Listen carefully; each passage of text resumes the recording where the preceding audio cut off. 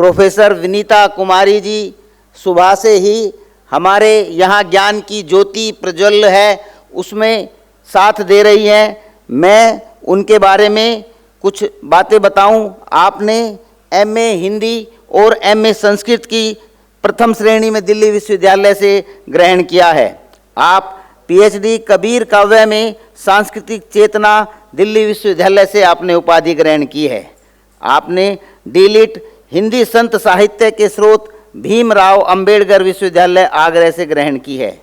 पाली, प्राकृत, अपभ्रंश भाषा में आपने विशेष अध्ययन किया हुआ है। विशेषज्ञता आपकी आदिकालीन साहित्य, मध्यकालीन काव्य, काव्य शास्त्र और हिंदी भाषा एवं व्याकरण में मानी जाती है। आपके द्वारा कबीर काव्य के सांस्कृतिक स्रोत, हिंदी साहित्य का इतिहास, कबीर मंजूषा, हिंदी संत साहित्य के स्रोत, हिंदी कविता का प्रवृत्तिगत इतिहास, मध्यकालीन संत साहित्य में सामाजिक समरसता का स्वर पुस्तकें आपके द्वारा रचित हैं। आपके द्वारा 14 संपादित पुस्तकें भी रचित हैं, जिनका विस्तार से विवरण करना शायद समय को ध्यान में रखते हुए मैं नहीं कर पाऊंगा। आपको साहित्य भूषण सम्मान, सूर्य अंतर भारतीय भाषा सम्मान, उत्कृष्ट शिक्षक दिल्ली सरकार से सम्मानित और साथ ही कबीर कोहिनूर सम्मान से आपको सम्मानित किया गया है। आप दिल्ली विश्वविद्यालय के स्वामी श्रद्धानंद कॉलेज से प्रोफेसर के पद से अभी सेवानिवृत्त हुए हैं। मैं आपसे प्रार्थना करता हूं, निवेदन करता हूं कि आप आएं और हमारा मार्गदर्शन करें। प्रोफेसर विनीता कुमारी।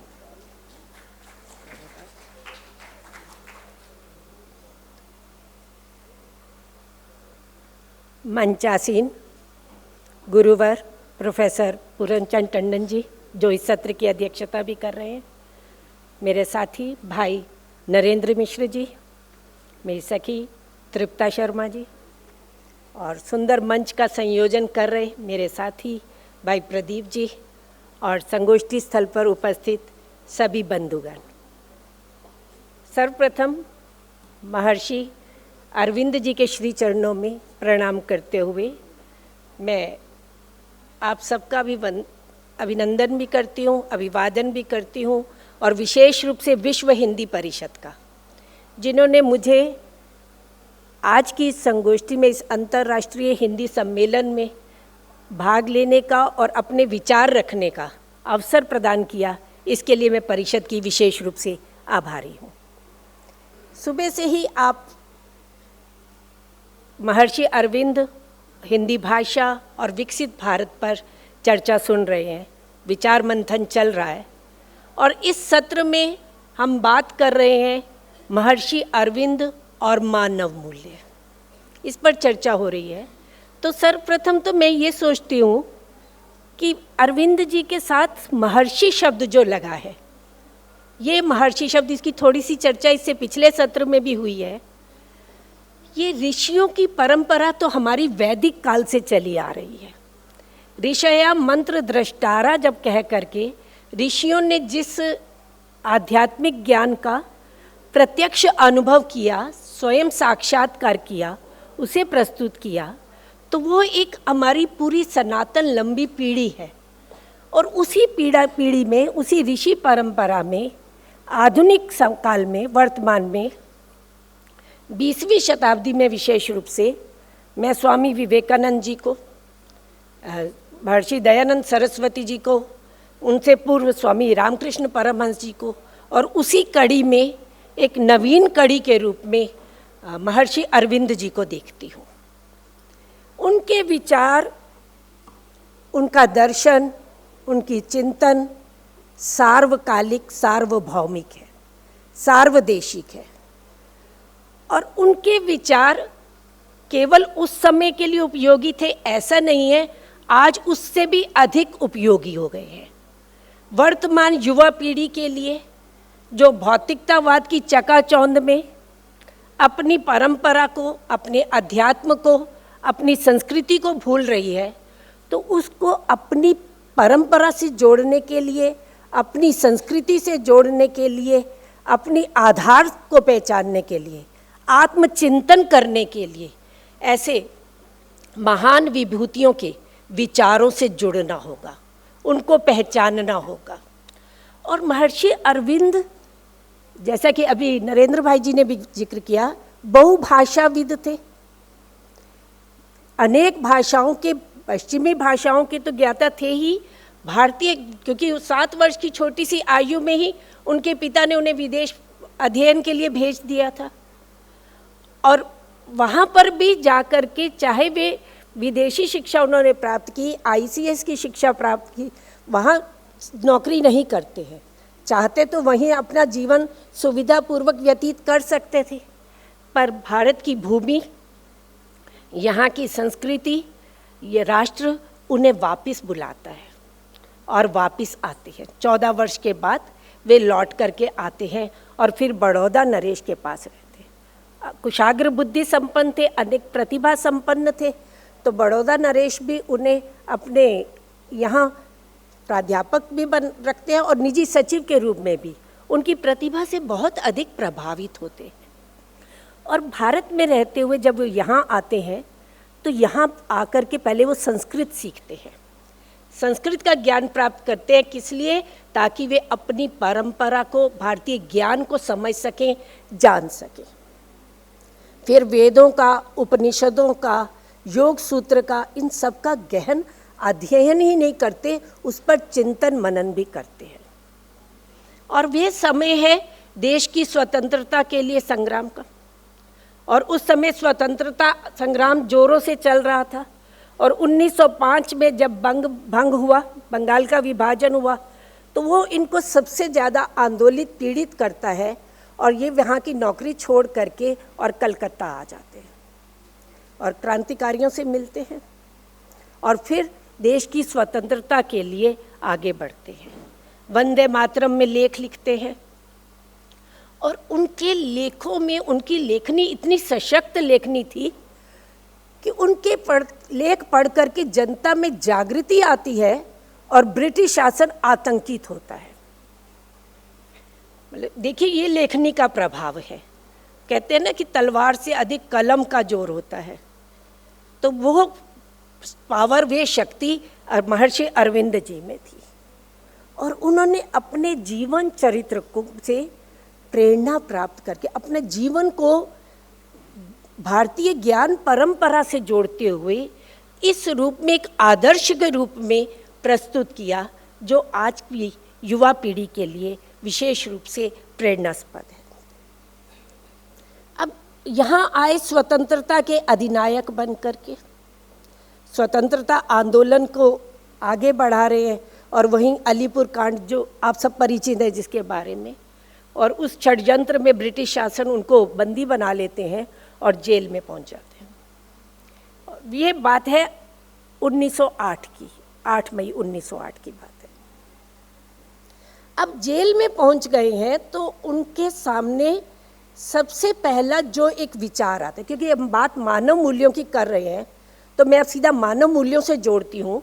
कैसे उन्होंने हमें मूल्य प्रदान किए, हम कैसे उनके आदर्शों को आज स्वीकार कर सकते हैं, आज हम उन पर चल सकते हैं। तो जेल में जब वे जाते हैं तो उनके मन में सबसे पहला प्रश्न यही आता है कि मैंने प्रभु आपसे क्या मांगा था। मैंने सुरक्षा मांगी थी, मैंने देश की स्वतंत्रता की बात की थी कि मुझे तब तक सुरक्षा प्रदान करो जब तक देश स्वतंत्र नहीं हो जाता, जब तक मेरा राष्ट्र उन्नत नहीं हो जाता। यहाँ वो उन्नति की भी बात करते हैं, केवल स्वतंत्रता की बात नहीं करते, राष्ट्र की उन्नति की बात भी करते हैं कि जब तक राष्ट्र उन्नत नहीं हो जाता तब तक मुझे। और ऐसा क्या हुआ? तो ये एक प्रश्न उनके मन में आया। और यहाँ देखिए, जब भी हम कभी निराश, हताश होते हैं तो हमारी क्या स्थिति होती है? हर इंसान की 2 स्थितियाँ होती हैं। जब बहुत ज़्यादा टूट जाते हैं, बहुत ज़्यादा हताशा की स्थिति होती है, तो या तो हम सरेंडर कर देते हैं, छोड़ देते हैं, सब कुछ नहीं करना, जिसे आज डिप्रेशन कह दिया जाता है। या दूसरी स्थिति होती है रिक्रिएशन की, पुनर्जागरण की, पुनरुत्थान की स्थिति। तो महर्षि अरविंद कोई सामान्य व्यक्ति तो नहीं थे, वे तो अद्भुत प्रतिभा संपन्न थे और उनमें यहाँ व्यक्तित्व का उनका एक रूपांतरण होता है। जिस चेतना के विकास की बात छोटी सी चर्चा भाई नरेंद्र जी ने भी की, तो वो जो चेतना का उनका रूपांतरण होता है, ये चेतना का क्रमिक विकास उनका पूरा दर्शन बन करके प्रस्तुत होता है। बाह्य चेतना तो हम सब में है, भौतिकवादी चेतना तो हम सब में है, अपने कपड़ों को लेकर, अपने कैरियर को लेकर, अपनी भाषा को लेकर, अपने व्यक्तित्व को लेकर, पर अपने भीतर को कौन झांकता है? अपने भीतर को हम कहाँ देखते हैं? तो ये जो अंतस चेतना है, ये किस तरह से विकास को प्राप्त होती है?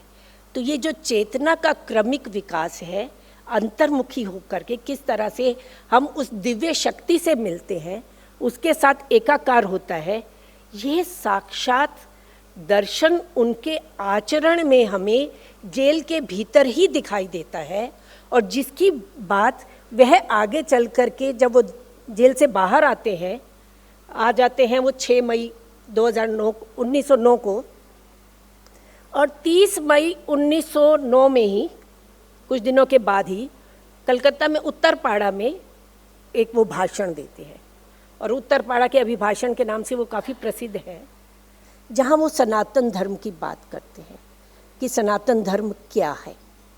गए थे वे स्वतंत्रता सेनानी के रूप में, एक क्रांतिकारी के रूप में, और जब जेल में रहते हुए उन्होंने साक्षात्कार किया। ये उनकी पुस्तक दिव्य जीवन, जो लाइफ डिवाइन उनकी पुस्तक है, उसमें वो स्वयं लिखते हैं कि किस तरह से उन्हें प्रभु का, कृष्ण का साक्षात्कार हुआ।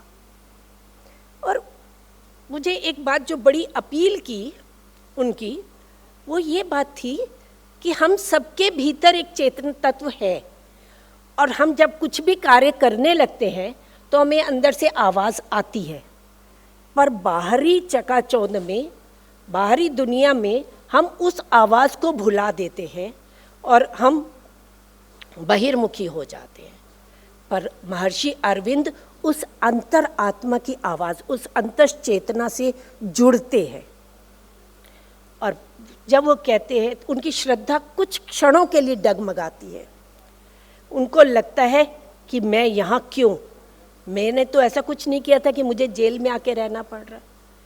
वहीं फिर प्रभु के दर्शन होते हैं, उन्हें साक्षात आवाज़ आती है, और उनके हाथ में गीता देते हैं, और वे गीता का अध्ययन करते हैं, और केवल अध्ययन ही नहीं करते, उसको अपने आचरण में उतारते हैं। और गीता में सबसे बड़ा एक जो बात आती है, समत्व भाव की आती है, समता की, और ये आज की समाज की एक बहुत बड़ी आवश्यकता है। समता का मूल्य हम अपने जीवन में धारण करें, ये मानव का सबसे बड़ा मूल्य। और समत्वम योग उच्यते, भगवान कृष्ण ने गीता में यही कहा, और इसी समत्व भाव को महर्षि अरविंद अपने जीवन में उतारते हैं, और वो आजीवन समभाव उनके चरित्र में दिखाई देता है। और दूसरा मूल्य, क्योंकि बहुत समय भी इतना नहीं है, मैं बिंदु रूप में बात करूंगी। एक मूल्य उन्होंने समत्व की बात की, जो उन्हें सब तरफ वासुदेव दिखाई देते हैं, जेलर में भी, बाहर जो संतरी बैठा है उसमें भी, साथी जो जेल में कैदी हैं उनमें भी, जहाँ तक कि फैसला देने वाले जज में, वकील में, सब तरफ उनको वासुदेव दिखाई देते हैं। वृक्षों में, जड़ चेतन में दिखाई देते हैं। तो वह सोचते हैं कि यही तो सम है। समभाव क्या है? सुख दुखे लाभा लाभौ जया चयौ समय कृत्वा। सब स्थितियों में, जैसी भी निराशा की स्थिति हो, आशा की स्थिति हो, सुख दुख हो, हमें समभाव को नहीं त्याग करना।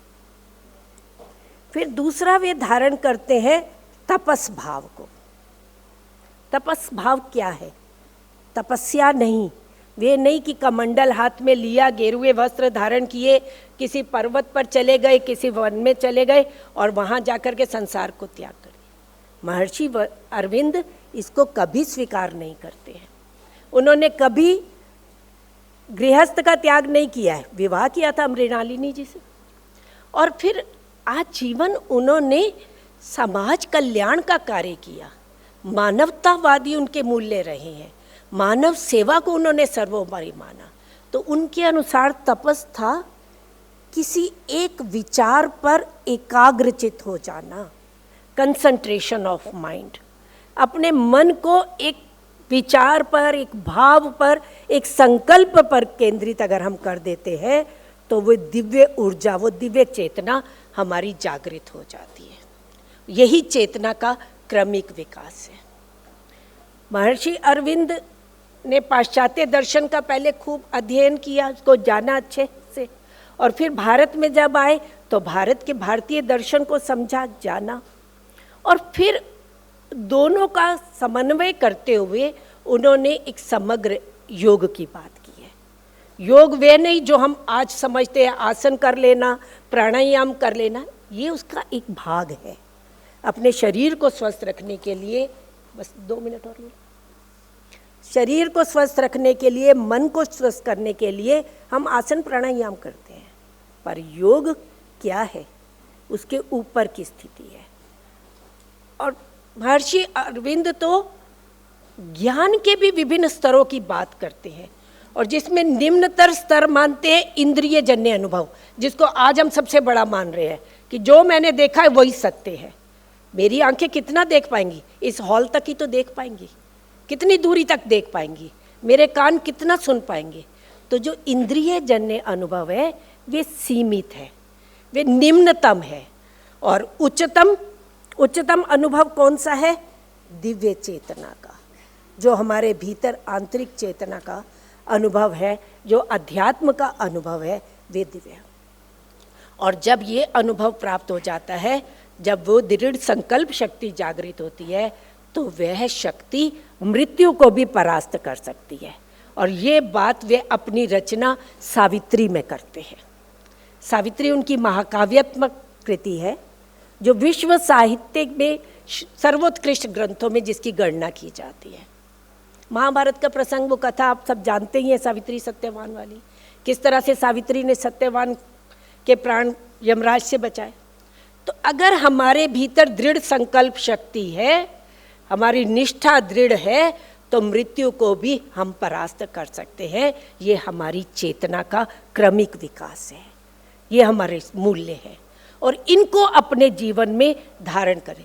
सावित्री सत्यवान की तो एक कहानी है, उस कहानी के माध्यम से वे जो संदेश देना चाह रहे हैं वो यही मूल्य है हमारे जीवन के, जिनको धारण करके हम समाज को उन्नत कर सकते हैं, हम राष्ट्र को उन्नत कर सकते हैं।